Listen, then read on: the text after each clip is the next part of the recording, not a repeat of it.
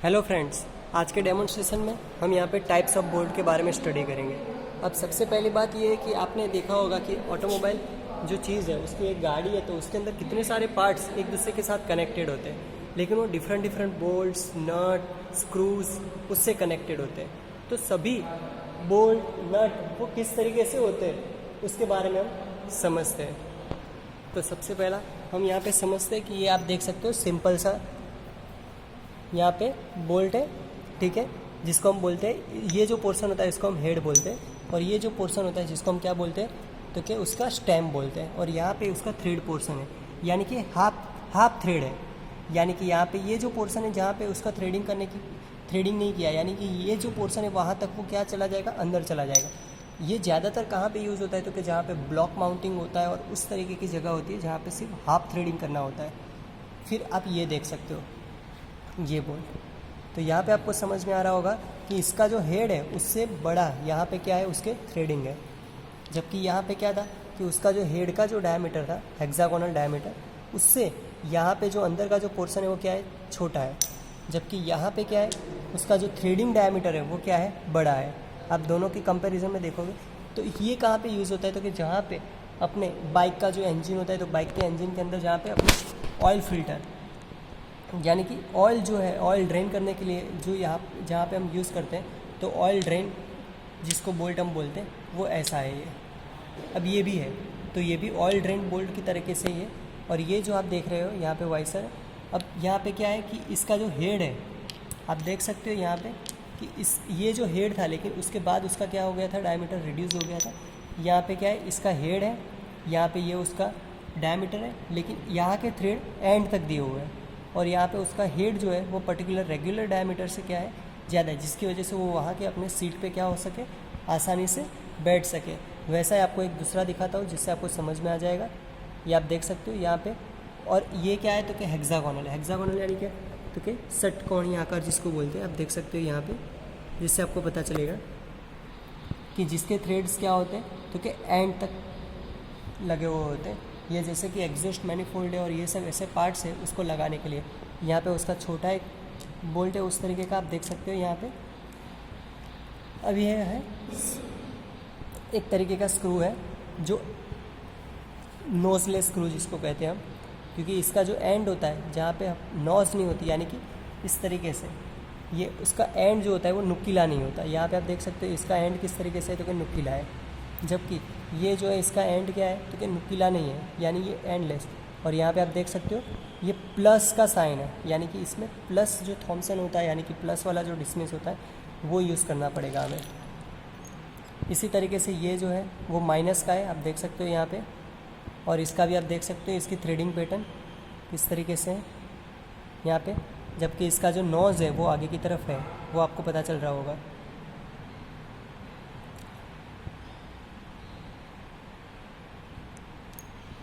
जबकि ये एक लॉन्ग बोल्ट है, ठीक है, और वो एंड तक इसके थ्रेडिंग दिए हुए हैं। एंड तक इसके थ्रेडिंग इसलिए दिए जाते हैं जैसे कि अपने को स्टार्टर मोटर या ऐसे कोई भी इक्विपमेंट्स होते हैं उसको कनेक्ट करने का हो, कि जिससे उसके वाइब्रेशन जितने हो सके उतने हमको डैम करने हो, यानी कम करने हो। ऐसे आप ये भी देख सकते हो यहाँ पे ऐसे बहुत सारे बोल्ट्स मैंने रखे हुए हैं। अब ये बोल्ट, आप ये जो बोल्ट है ये आप देख सकते हो, इसमें और इसमें क्या फ़र्क है, ये बोल्ट और ये बोल्ट में। तो ये बोल्ट और ये बोल्ट में आप हेड देखोगे तो पता चलेगा कि इसका जो हेड है उसके अंदर क्या है तो कि एक स्लॉट पड़ा हुआ है, दिख रहा है। यानी कि ये सब क्या था तो कि ये जो था ये स्क्रू था, उसके अंदर हम माइनस थॉमसन यूज़ करते हैं। इसके अंदर हम क्या यूज़ करते हैं, प्लस थॉमसन यूज़ करते हैं। इस पर क्या यूज़ करेंगे तो कि रिंग व्रेंच है, फिक्स व्रेंच है, ये सब जो भी स्पैनर्स है। लेकिन इसके अंदर हमको एलन की यूज़ करनी पड़ेगी। ये राउंड एलन की जो होती है उससे ये ऑपरेट होता है। इसी तरीके से आप ये देख सकते हो ये हेक्सागोनल एलन की से यूज़ होता होगा, क्योंकि यहाँ पे आप देख सकते हो ये स्लॉट्स, जिसके आपको पता चलेगा, दिख रहा होगा आपको। ये हेक्सागोनल एलन की से आपको पता चल रहा होगा। ये जो था वो राउंड एलन की है, यहाँ पे क्या है, हेक्सागोनल एलन की है। उसी तरीके से ये जो है वो भी हेक्सागोनल एलन की। और इस तरीके से यहाँ का जो स्टेम का पोर्शन है जहाँ पे इसके थ्रेडिंग्स नहीं किए हुए हैं, लेकिन एंड जो है उसका एंड थ्रेडिंग किया हुआ है। यानी कि ये जो होता है वो ज़्यादातर एग्जॉस्ट मैनिफोल्ड और इंटेक मैनिफोल्ड जो होते हैं उसको कनेक्ट करने के लिए ये सब का यूज़ किया जाता है। जबकि ये जो है ये लॉन्ग स्टेम, लॉन्ग बॉटम्स जो थ्रेडिंग्स होते हैं उसका यूज़ किया जाता है इसमें। ये आप देख सकते हो इसका जो हेड है और ये लॉन्ग स्टेम जहाँ पे उसका कोई भी थ्रेडिंग नहीं किया गया है, ये उसी तरीके से ये दूसरा है। लेकिन यहाँ पे आप देख सकते हो इसमें एक होल दिया हुआ है। तो ये होल किस लिए होता है तो उसके बारे में हम समझते हैं। तो ये इस तरीके से कैसल नट आती है, इसको हम कैसल नट कहते हैं। ये जैसे कि किंग होता है तो उसके ऊपर कैसा क्राउन होता है, यानी कि मुगट होता है, उस तरीके से ये कैसल नट होती है। तो ये कैसल नट इसके ऊपर लग जाती है। जिस तरीके से स्टीयरिंग असेंबली और वो सब असेंबली होती है तो उसमें क्या होता है कि वो एक मोमेंटम में रहने वाले पार्ट्स है। तो इसके ऊपर ये जब कैसल नट हम लगा देते हैं तो कैसल नट लग जाए, उसके बाद ये कैसल नट मोमेंटम की वजह से वो बार बार रिमूव ना हो जाए, यानी निकल ना जाए, उसके लिए यहाँ से हम इसको लॉक पिन लगा देते हैं। जैसे ये कैसल नट ऊपर तक चढ़ जाती है उसके बाद यहाँ पे हम लॉक पिन लगा देते हैं। तो लॉक पिन लगाने की वजह से क्या हो जाएगा, ये कैसल नट यहाँ तक आ जाएगी लेकिन उससे बाहर निकल पाएगी नहीं।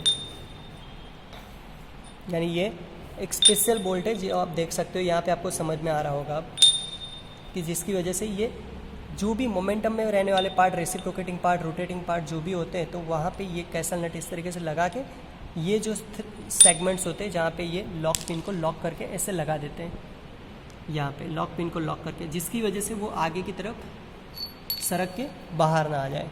ये भी उसी तरीके का बोल्ट है, यहाँ पे आप देख सकते हो डिफरेंट टाइप्स। ठीक है, इसके बाद ये इसके बारे में हम समझते हैं कि ये कौन से बोल्ट है।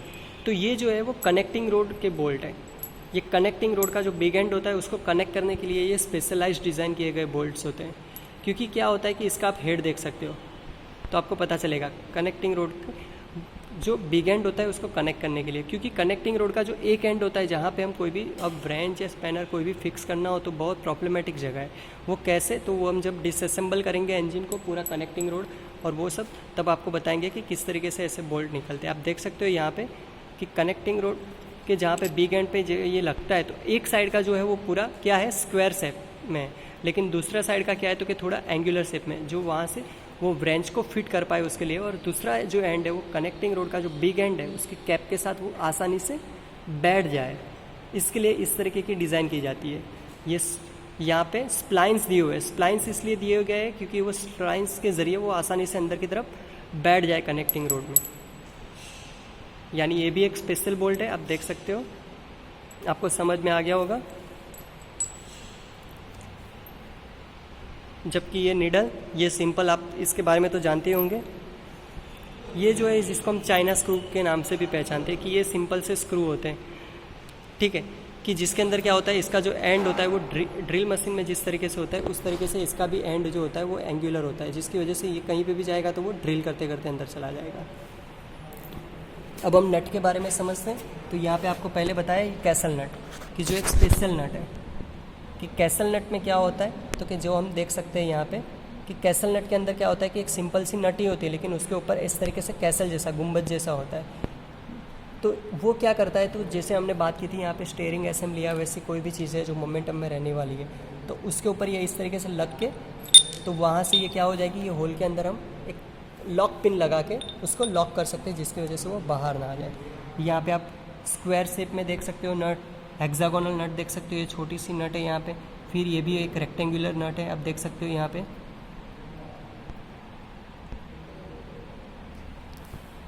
जबकि ये वाइसर, अब वाइसर का काम क्या है तो कि एक सिंपल सी बात है कि जब भी हम कोई भी बोल्ट को लगाते हैं, बोल्ट के ऊपर कोई भी नट को जब हम चढ़ाते हैं तो ये जब हम नट को चढ़ाते हैं तो एक बात है कि ये हेड को या तो जो भी असेंबलिंग पार्ट है उसको डैमेज ना करे और वहाँ पे गैप ना रह जाए, जिसलिए हम क्या करते हैं इसके ऊपर एक तरीके से एक वाइसर अटैच करते हैं। कि जो वाइसर क्या करता है तो कि वाइसर जो है वो सीलेंट का काम करता है। जो वाइसर क्या करेगा, एक सीलेंट का काम करेगा, जिसकी वजह से जिस तरीके से ये बोल्ट है तो यहाँ पे हम क्या कर रहे हैं तो कि ये जो हमारे पास एक वाइसर है तो ये वाइसर को लगाया तो ये वाइसर क्या करेगा, उसका जो हेड का जो सेगमेंट है उसकी जो सीट है उसको क्या कर दिया इसने, बड़ा कर दिया। इसकी सीट को क्या कर दिया इसने, बड़ा कर दिया, जिसकी वजह से वो जहाँ पे भी लगेगा उस वहाँ पे टैपरिंग प्रोसेस या तो कटिंग या तो क्रशिंग स्ट्रेस नहीं क्रिएट होने देगा, जिसकी वजह से बोल्ट भी कट नहीं होएगा या तो कोई भी नट भी कट नहीं होगी। यानी आपको सब कुछ समझ में आ गया होगा। ठीक है, ये कनेक्टिंग रोड का जो बोल्ट है उसके बारे में मैं आपको नेक्स्ट जो भी हमारा प्रैक्टिकल है कि जो सिलेंडर ब्लॉक के ऊपर जो हम आगे करने वाले तो वो हम आगे बताएंगे। Thank you.